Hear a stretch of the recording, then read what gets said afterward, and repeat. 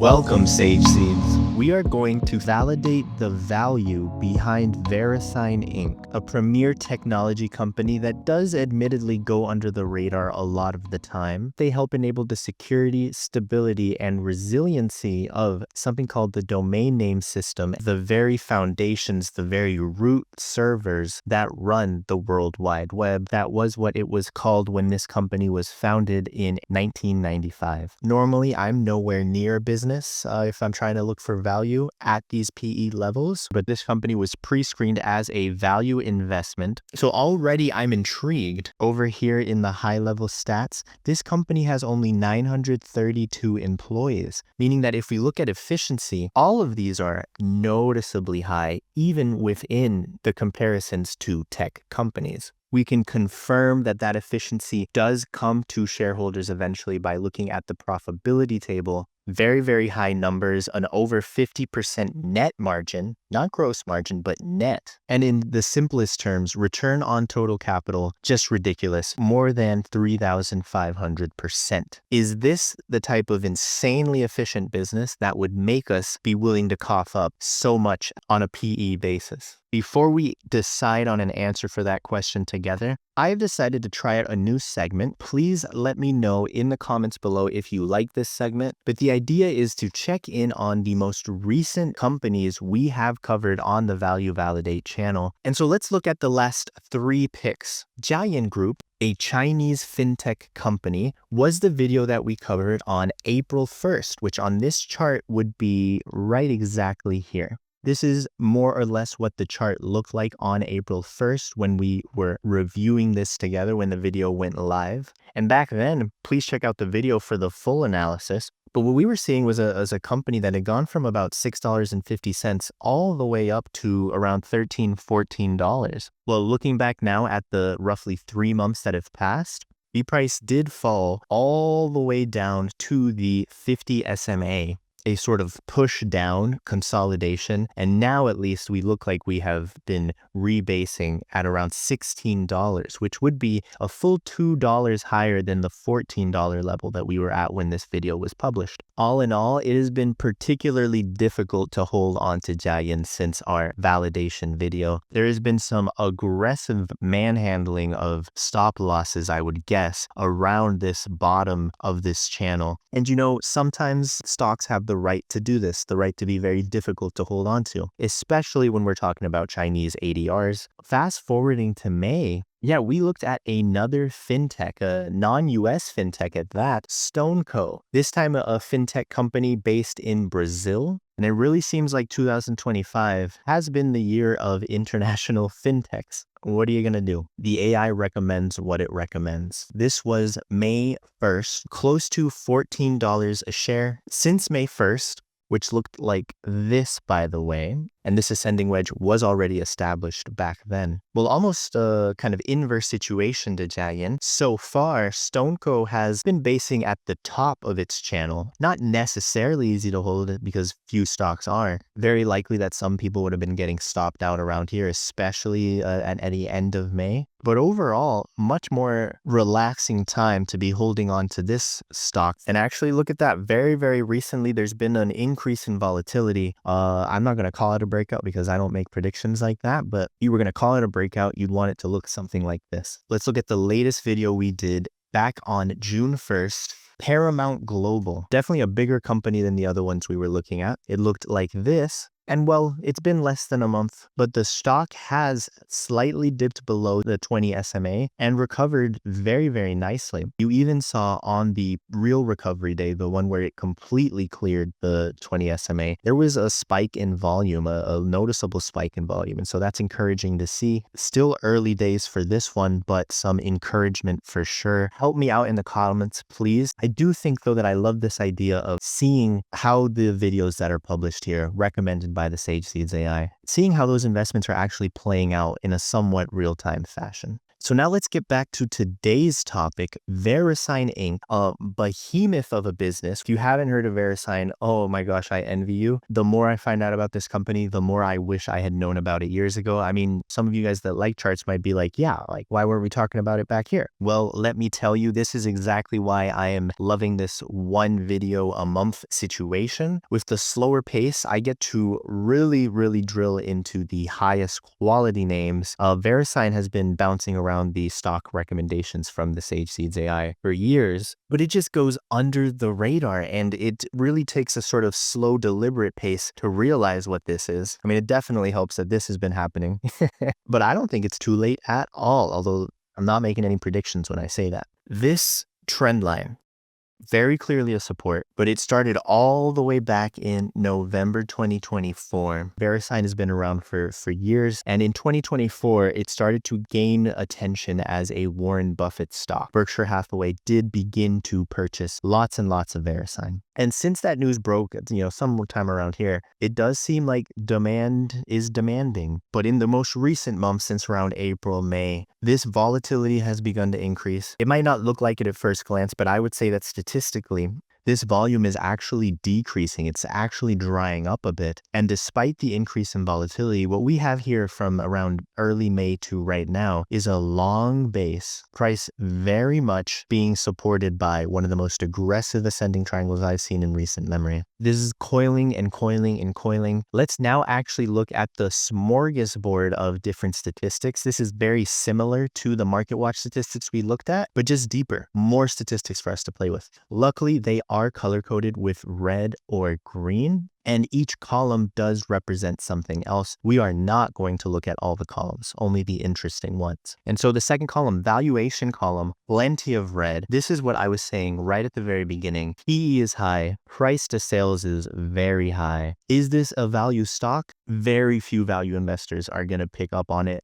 Not cheap by any traditional standard. However, we're looking at the operational efficiency. My goodness, is this a lot of green. Almost every row is green, which really seldom. If this is your first video or your first time looking at FinViz, there's almost never this much green in one column. Institutional ownership in the high 90s, and just, my God, a 50% profit margin makes that PE ratio calculation way different when you break it out into a discounted cash flow. Finally, the last column, completely green as well, pretty much. It's the momentum column. I mean, if you didn't figure out from the chart before, which is completely okay, let this be all you need to know that if you like momentum investing, I mean, this is the momentum, all the momentum. From now on, no more talking about price, only talking about the economics of this business. That's what real value investors do. Let's dive in so that your wisdom can blossom. This video is intended for educational purposes. Opinions made by me or the Sage Seeds AI are not investment advice. First up, why not go to Verisign's own website? If any of you were able to just immediately understand what Verisign even does, good on you. I know that it has something to do with the internet, why you should get online with domains powered by Verisign. And here, I think I understand a lot better immediately what it is they do. Discover how these domain names can open up new opportunities for you or your business. It looks like they're selling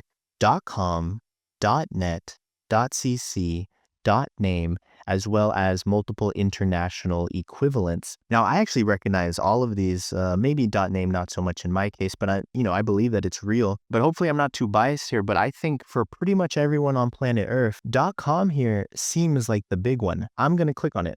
.com or your .com, elevate your online presence. I mean, the message here is clear.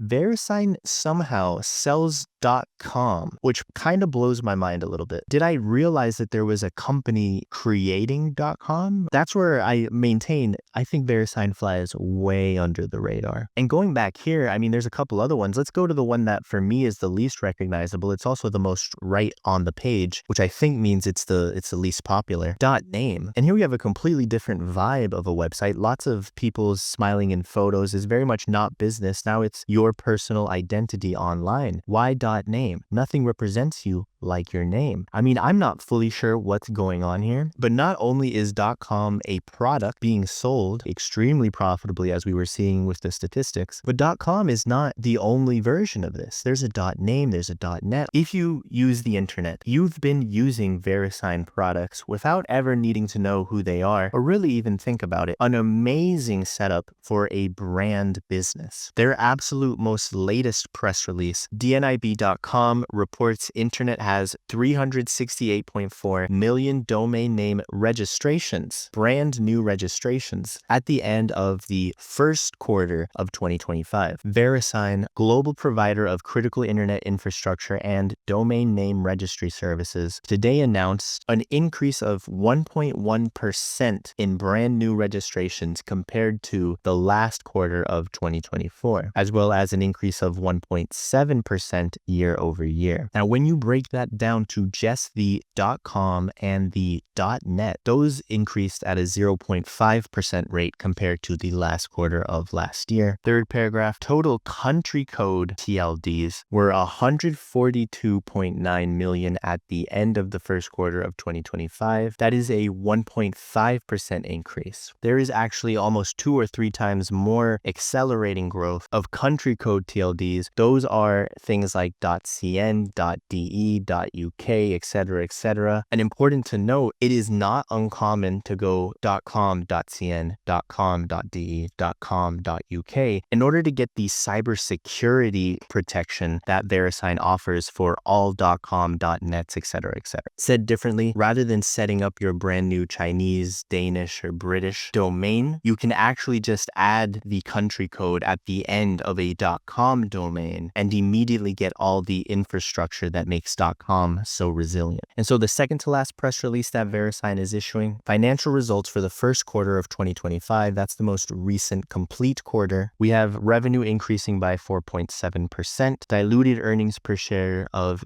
$2.10 for the first quarter, not year, but quarter. In addition, the chief executive officer says, I'm particularly pleased to announce the initiation of a quarterly cash dividend, the very first dividend in the history of Verisign. In the financial highlights, I'm going to pick out that while cash flow from operations was just shy of $300 million, that's actually largely explained from the fact that this is free cash flow. 2 bullet points lower, Verisign repurchased over 200 million in just the first quarter of 2025 alone. I mean, that tells me that almost 40% of its first quarter cash flow is going towards share repurchases. The math on that, we won't necessarily get into in this video, but the math on that is better as an investor, the more efficient your business is or the lower valuation your business has in the public markets. Verisign has not a great valuation, I'll admit, but Verisign is so efficient that these share repurchases can very quickly add up. Finally, under the business highlights section, a piece of new information we have is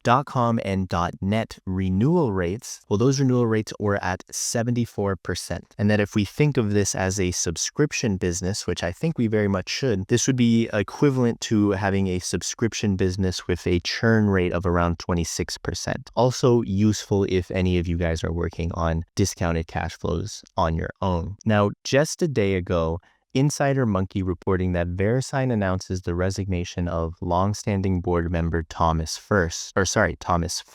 Verisign is one of the 11 best performing Warren Buffett stocks in 2025. On June 12th, the company made public the resignation of a longstanding member of its board. Frist, not First, they made the same typo I almost did, had dedicated a decade to the board of Verisign. Following the departure, Verisign is expected to reduce the number of its board members, electing not to replace Frist. But we should note that earlier this year, there was already a high-profile resignation with the previous CFO being replaced by a new CFO. Verisign is a technology company. It operates the authoritative registries for top-level domains like .com and .net, enabling secure and reliable internet navigation. Also, Verisign manages 2 of the internet's 13 root servers. That's kind of cool. Let's now look at my favorite part, the annual report 10K filed by Verisign's investor relations department with the SEC. Verisign Inc., headquartered in Reston, Virginia. I mean, I'm heading to the balance sheet straight away. You know I love me a good balance sheet. This company dropping over 300 million in assets. At the same time, this total liabilities increased by like not even 1%. Nothing's going to be more interesting than that, I am sure of it. These insane business efficiency metrics are because somehow this company is trusted so much that they're able to have less than 50 cents of assets for every dollar in liabilities. I mean, let me just compare this to you having $50 in your bank account, going to the grocery store, and the grocery store saying, you know what, I'll sell you $100 worth of groceries. What's that? You only have $50 to your name? I don't care. I trust you. You'll figure it out. You're a smart kid. That's essentially what's happening with Verisign. So many people trust Verisign that itself has become an insane competitive advantage, because where else are you going to find such a low assets to liability ratio? Ridiculous. But on the cash flow statement, how much of that profit is actually going to fall through to investors? Spending less than 40 million on depreciation of property and equipment. Are you kidding me? I mean, this business is making billions of dollars annually. 2 of the 13 root servers of the internet, whatever that means. And it only depreciates less than $40 million annually. And so yeah, most of the cash goes to financing activities, repurchases of common stock, well around $1 billion,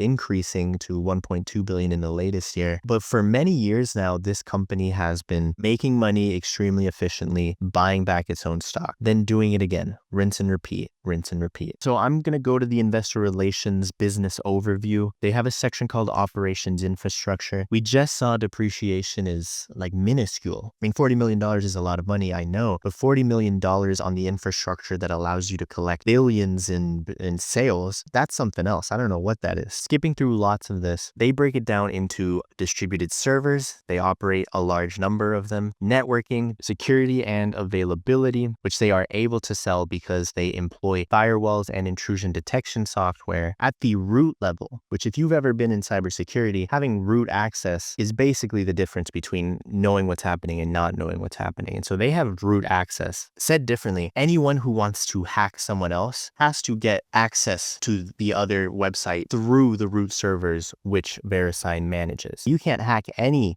.com unless you're already in the .com system. And it's up to Verisign to just find you and kick you out at that point. I mean, how are you going to hide from the people that allow you to be on there? Interesting thought process. Industry regulations. There's basically every country on the planet regulates Verisign to a certain degree because every country on the planet uses .com websites. But there is a international entity called ICANN, ICANN. ICANN has granted Verisign exclusive right to register .com websites from now until November 2030. No one else is going to have a recognized ability to publish .com websites. In domain registry, it's not very difficult to enforce. You can do any .whatever, but it will not be .com because there's only a handful of servers that allow that to happen, and they are physically located in Verisign offices right now. That agreement permits an increase to the maximum price by up to 7% over the previous year, but only for 4 years out of a 6-year period. Since the first 6-year period began in 2018, they could have raised prices from 2020 to 2024. Now in 2025 to 2026,